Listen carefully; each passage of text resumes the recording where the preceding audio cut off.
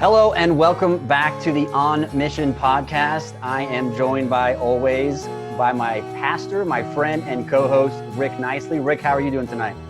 Good, brother. How are you, man? Beautiful evening. It is. You're out there on, looks like the side porch. Is that right? I am, man. I love my screened-in porch. Yeah. And apparently joining us from Hawaii are Maverick and Ruthie. Absolutely. Greetings, Ladysmith. Are you going to wear those sunglasses the entire time? Not the entire time, no. Probably definitely because of the sunglasses. A lot of you are probably asking right now, why did we save Jono till the last? Is it because he's the junior elder? Is he the least favorite elder? There's all those questions, and none of those are true. I think a lot of people do know that Matt Johnson is my favorite elder. I've made that publicly known from the pulpit during church, and now we're taking the glasses off and things are getting real. It's cool, man. Just like, parents shouldn't tell their favorites, who their favorite is, but you lay it right out there, Kenny. Oh, I play favorites. I totally play favorites. Good. So we are going to start with our question of the day. You two just celebrated what year anniversary? 13th. 13th anniversary. All right. So in honor of Jono and Ruthie celebrating their 13th anniversary, our question of the day is going to be, what is the best gift your spouse has ever given you? So we will start with our guest, Jono, since he's mad at me. Maybe it will soften him up here by having him talk about his lovely bride. What is the best gift that Ruthie's ever given you? Wow. So she's given me a lot of really good gifts, but I would say that it will go back to the first or second Valentine's Day. We, double income, no kids, kind of living the life. I get home and she has something wrapped up, and anyways, ends up being that she got me tickets to go see Arsenal play in England. So we, like I said, completely sporadic. We flew over we flew to England to watch them play, spent a night and a half and flew back, something that's totally not normal. And I acknowledge that. I'm not saying that's our normal life, but it was absolutely once in a lifetime opportunity to see my favorite football team play. If we were bros, we would have worn our Arsenal jerseys for this interview, but we didn't do that. So Matt and I wore matching shirts last week when we did this. It doesn't surprise me. All right, Ruthie, how about you? Jono's given me lots of good gifts. He gave me a really nice camera one year that I still use a lot. He's given me some sweet jewelry that represents our family. And I think my friends would be disappointed in me if I didn't mention my least favorite present he's ever given me, which was the hoodie pajamas, which he still to this day thinks was a good gift. But basically it's like what you think. It's this footy pajamas. What material were they? Were they like some kind of like fleece? Oh wow. And it had a hood. It looked you look like a big, like, chubby pink rabbit wearing it. It's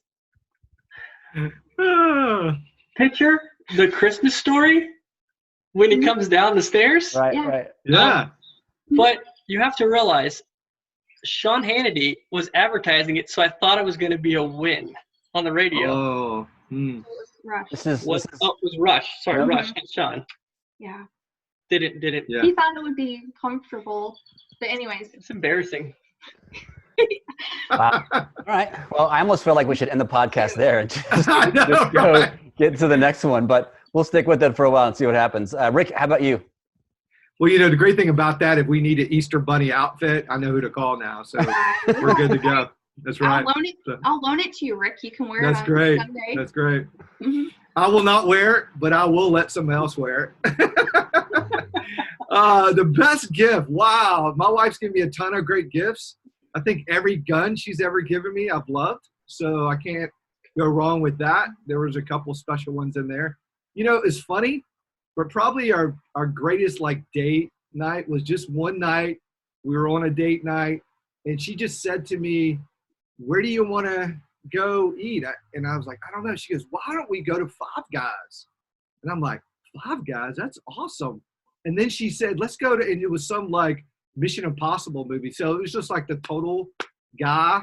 I had my girlfriend there with me, my bride. Nice. And so it was great. It was a great night. So, yep, fun times.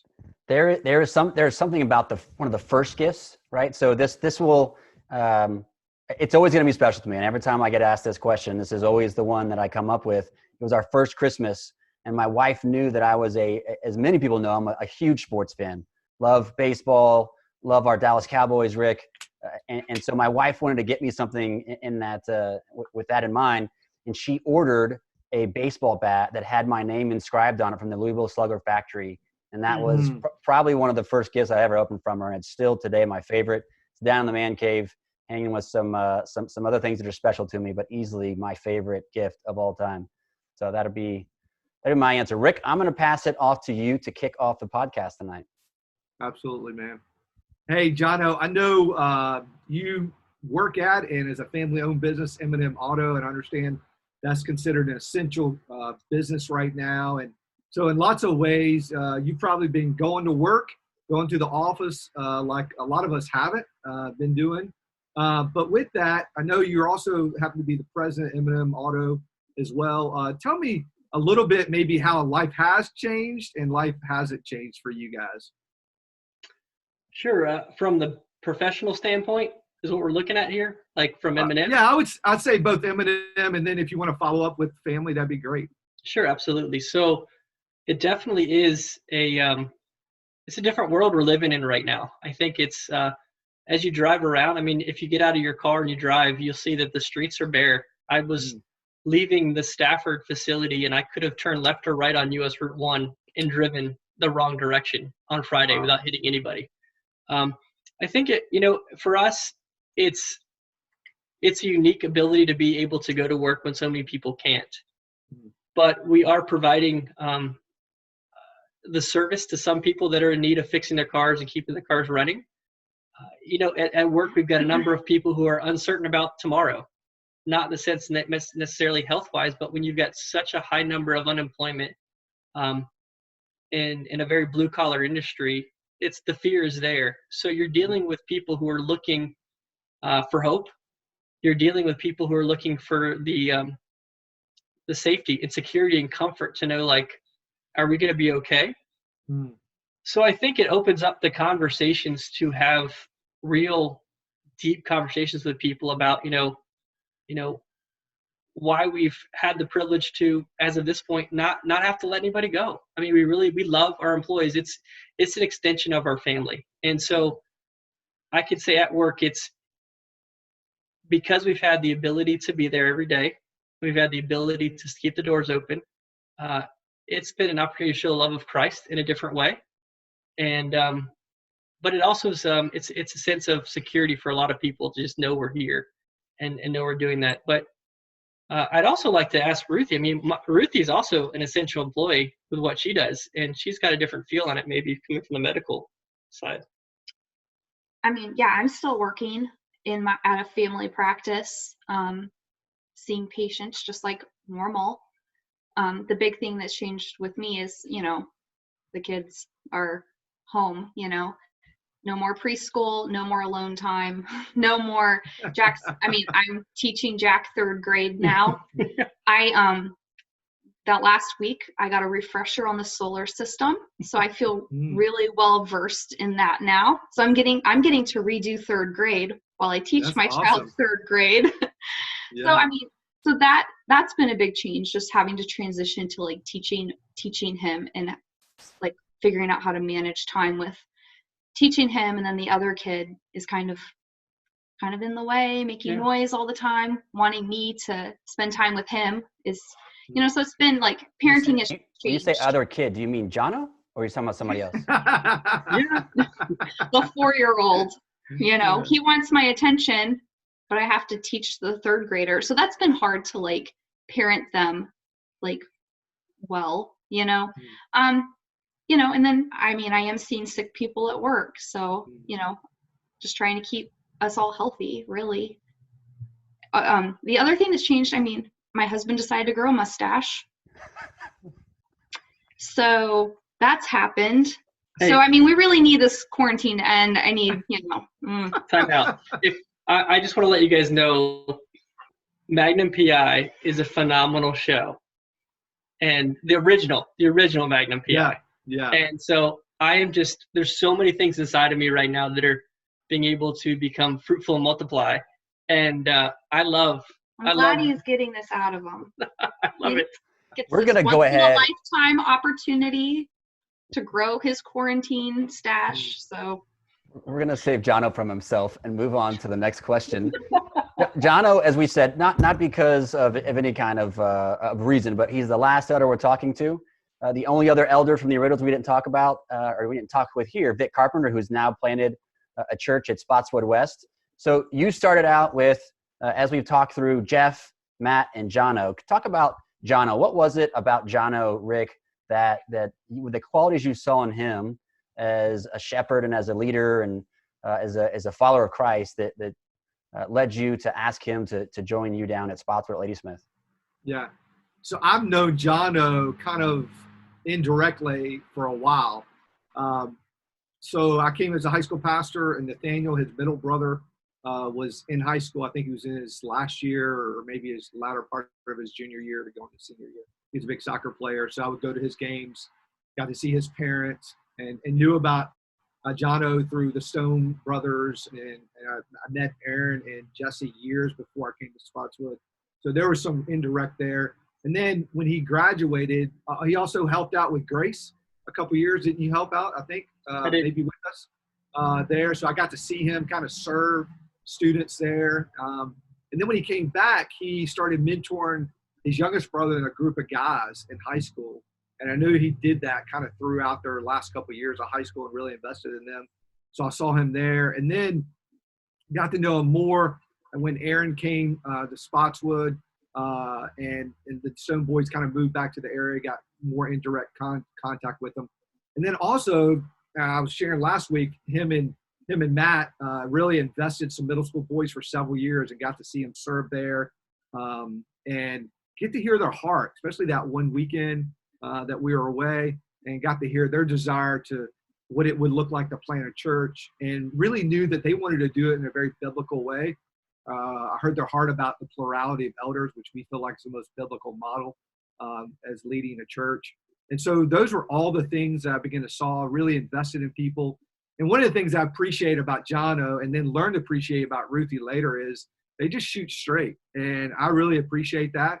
You don't have to ever really wonder where they're at with things. And because for me, I'm kind of the same way. If I ever kind of feel like our relationship, not theirs, but any kind of relationship I have, if I feel like there's something in between me and that person, I kind of always go to him and say, hey, is there something up? And he's always great about that. I know I can call Ruthie on the phone really anytime about anything and say, hey, can you give me just a no-nonsense response to this? And she does. So I think the fact that I saw them serving together, I saw that as a couple, they love Jesus. They're trying to model that to their kids and their family. I know his business, he's leads with the highest of integrity, and just that servant mindset of wanting to invest in the next generation. I think all those kind of things combination wise really drew me to them. And Jono, you lived in Fredericksburg for a long time, maybe perhaps your entire life, and went to Spotswood for a long time. So this was a big deal for you to go down to Ladysmith. So, I mean, correct me on the dates. How long have you been in Fredericksburg, Spotswood, and then what was the conversation like when Rick asked you and you and Ruth sat down and said, do we want to go down to Ladysmith? Wow. So to answer your first question, if you know where Carl's is, behind Carl's is actually the original Mary Washington Hospital. And that's where I was born. So I have definitely been in the Fredericksburg region, excluding college and then a little bit of a time in Northern Virginia, my entire life. Spotswood, I want to say, I started to become, I started to be taken to Spotswood around 1986. And that was home. I mean, so I'm definitely, I guess you can say in a way, like a homebody. I didn't ever really move. I mean, well, I should say, the house that I'm living in now is actually the house that I grew up in high school and middle school. And the only move I remember is my parents bought the house next door, meaning we literally just moved through the grass. So Spotswood's been my home. It was not only just my home, it was my place where I had some of my closest friends. And I know that one of the big core values at Ladysmith is community. And I can tell you that the reason that I made it through high school in the condition that I did was because of the people I knew at Spotswood and my youth group, and that I was surrounded with, that kept us accountable and just really push each other to excel and to be godly. So saying all that, when Rick and the word came out about this church plant and this opportunity, that this is something that Spotswood Main Campus Lafayette felt like it was a vision. My first thing was like, well, it's about time, right? If we should be doing this, we should have always been doing this. And I thought, this is something that's new. It was completely bad timing in my mind, because I'd finally, my roommate, one of my best friends, had moved back to the area. He'd come on staff at Spotswood, Aaron, and then Jesse Stone, both the Stone boys who were alluded to earlier by Rick. They were both back, and we had a small group going that was killing it. And I didn't really want to leave my bros, if it makes sense. And but I knew it was what the church should be doing. I knew that we should not be looking to be come and see me, but we need to go and tell, and we need to go where there's not. And so when that came about, and I started hearing the vision of what we were attempting to do, it was enticing because it felt so right. And then when I heard that Rick was tasked and was called to be the pastor, I was like, they got a good guy. They got a guy that I could get behind and can lead. And so I'm not saying it was easy. I'm not saying that it was just, I think Rick, if I'm right, we were probably the last people to say we're in. Yeah. The team.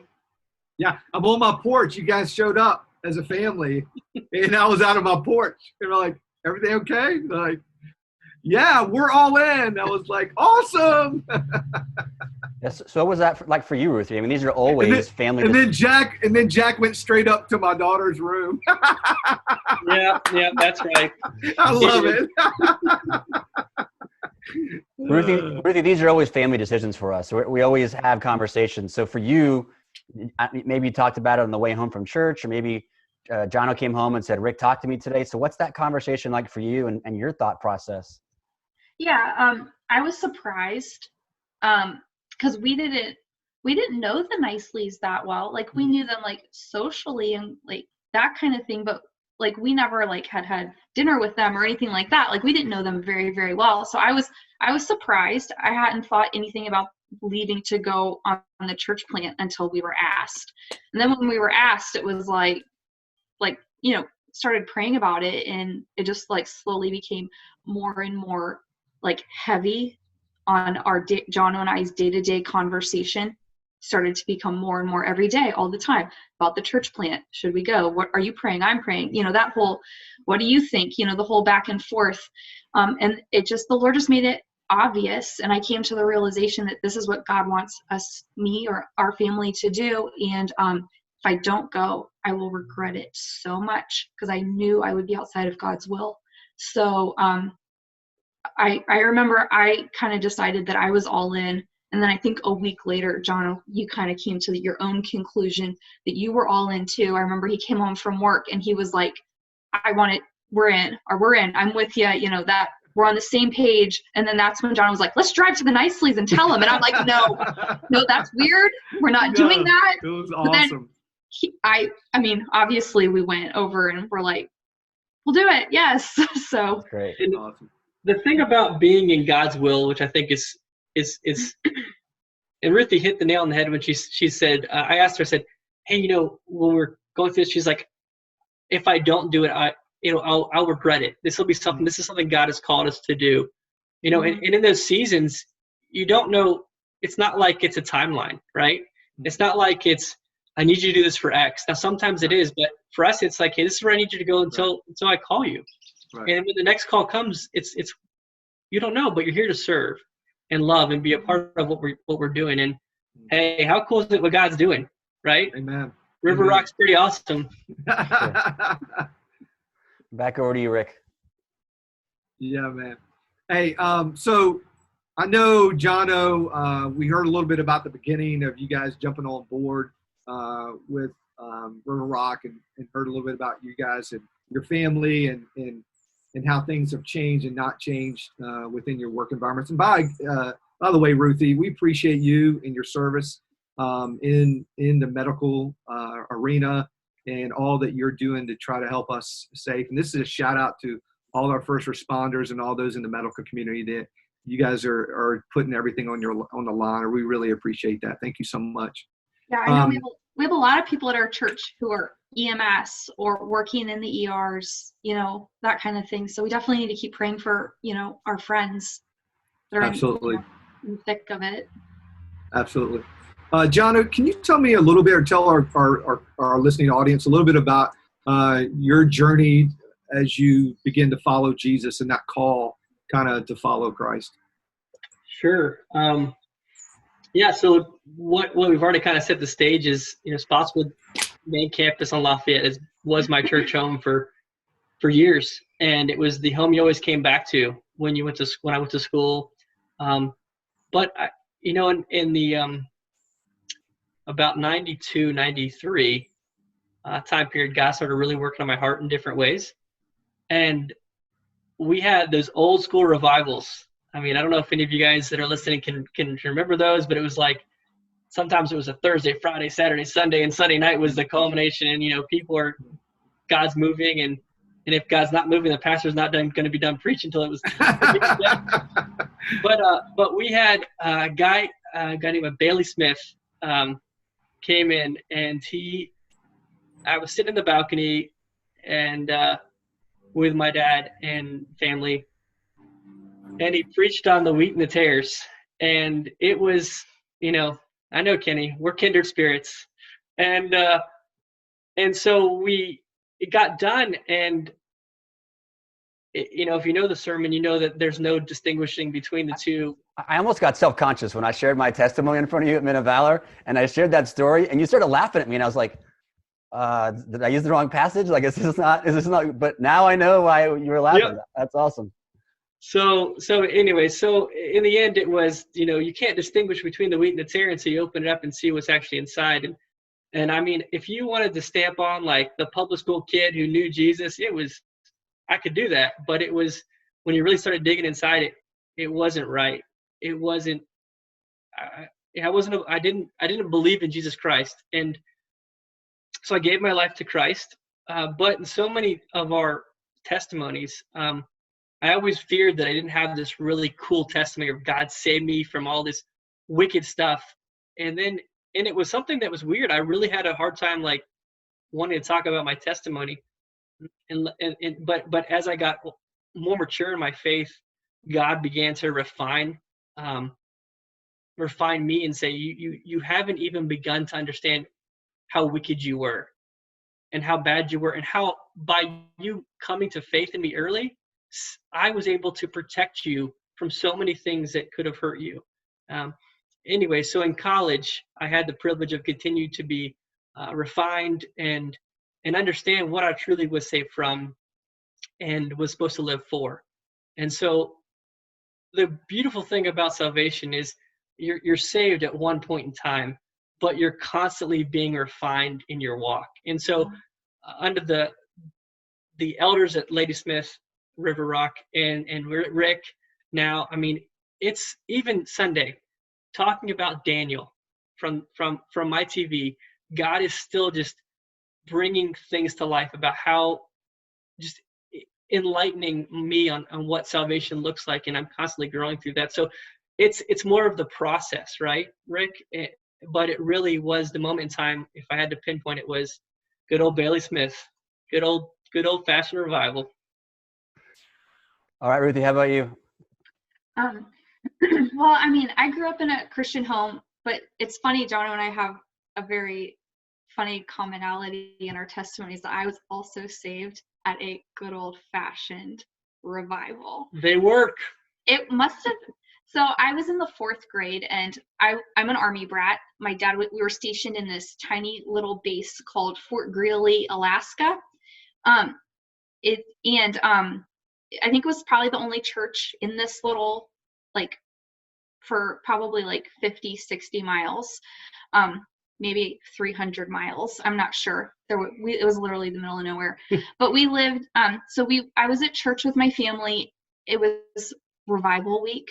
It was like a Monday or a Tuesday night. And I don't remember anything that the pastor preached on. But what I do remember is sitting in that pew and the Lord, like, calling for me, like that heavy, overwhelming sense of the Lord saying, like, basically, like, I want you, like, I died for you. You are mine. Just claim me.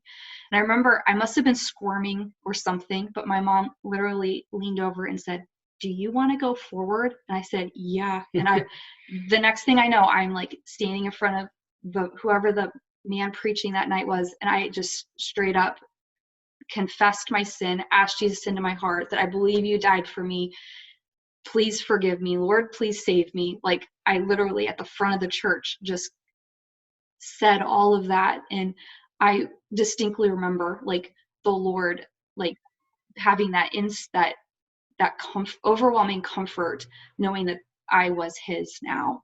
I don't think I quite understood what it meant to live for the Lord until probably 10th, 11th grade. I really started to understand what it meant to have a quiet time and pray and try to do things out of my love for God, and not necessarily trying to have this persona of just being a good little Christian girl, because that's what I'm supposed to act like. And then really my freshman year in college, I think I definitely I really started to own my faith more, because that's when I chose to go to church. I was doing everything on my own, not just because my parents were kind of, taking me to church on, Sunday morning, Sunday night, Wednesday night, let's go to church camp, like all that stuff I did in high school because I enjoyed it. But it was really in college that I really took ownership of my own faith. Despite whatever my parents were having me do, it was now mine. So, and like Jono said, like, we continue to grow in our faith. It's a process. I'm constantly learning things as well, and I want to keep learning things too. Like, I'm excited to learn things about my Savior. So that's it. The last thing we want to talk to you guys about is typically usually the most colorful story. Ruthie, you and I are both naval officers. You were in the Navy. I'm in the Marine Corps. So you spent some time. We actually, I think when I was talking to Jono about some of the timeline. I think we were both at Quantico at the same time at Officer Candidate School. You were down at the clinic, and I was over training candidates. And then we both spent some time in some of the same countries. But where does that fall into your story in terms of Jono?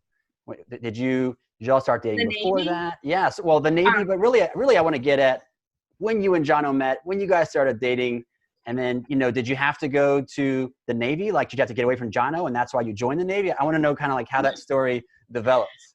It's actually the opposite.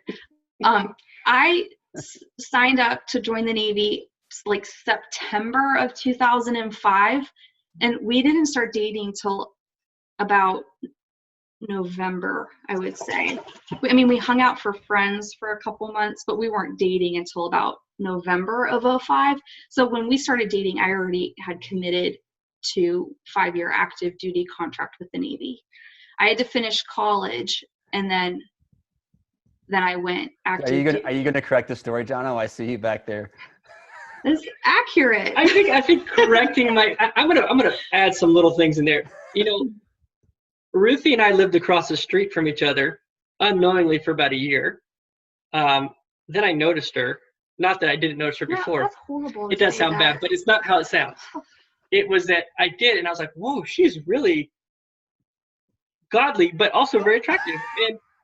And so anyways, we were talking, and I kind of was like, so, hey, what's your plan? And she's like, I'm going to the Navy. I'm like, oh, okay, so what's your plan? She's like, I don't know, I'll probably marry like a Navy doc or an aviator. I'm like, how about a guy right in front of you? And she's like, yeah, I'm going to go in the Navy. I'm not really into dating anybody right now. And I was like, challenge accepted. Wow. So, Does that sound accurate, Ruthie? Does this all work? Does this? is it right? I mean, I think he embellishes a little bit, but I did say those things. Well, then that's not embellishment. It wasn't. I wasn't trying to say I'm disinterested in you. I just genuinely didn't know he was interested in me. I would have never said something like that if I would have known. I would oftentimes go around campus just saying those things to random people. No, but it was interesting. So when I found out that she was serious and she was going to the Navy, I was like, oh, how do we get out of this? And I was really honest. I was concerned because I'm like, I think I love this girl and I think I want to marry her, but I'm now marrying the Navy and I'm the guy. That doesn't seem normal. You know, that's actually the thing that women in the military struggle with, Jono. It's for women that are in the Marine Corps, the Army, the Navy. It is intimidating for some men, and obviously that was the case for you. Clearly, you were very intimidated by Ruthie being in the military, so it was pretty hard for you. It was really hard, you know. She, yeah. Thanks. That's it. You don't want to talk anymore about it now that your feelings are hurt? Listen. I am extremely proud of what my wife did, accomplished, took care of. I mean, she was phenomenal at what she did, and she took care of a lot of people who needed a lot of care. And she was recognized by the Commandant, the Joint Chiefs of Staff, for her excellent abilities. But I will say that I definitely was at Fort Belvoir. When you walk around, we lived on post, and people want to say, hey, what's your social? And you go, well, actually, it's I don't know, it's my wife's. Like, oh, you're the defendant. But 13 years later, right? So 13 years, happily married. Absolutely. That's awesome. Yes. Well, this is the last of our current elder interviews. We're going to start with our new elders later this week. We're going to talk to one of them and then the other next week. And then we'll move into some topics that right now Rick and I are kicking around. We'll put those out there. We'll ask for ideas for you for what you want us to talk about, and we'll bring back some of the elders to discuss some of those topics. I do want to thank, as always, our producer, Pete, who is going to make this look better. Everything we messed up, or obviously it's not his fault that the windows moved around. That's our fault. But he's going to make it look good, and he's going to make it smooth and add all kinds of special effects. So as always, we thank Pete, and we hope you'll join us for our next On Mission podcast with one of our new elders. See you guys later. Y'all have a good night. See you guys. Love you guys. Good night.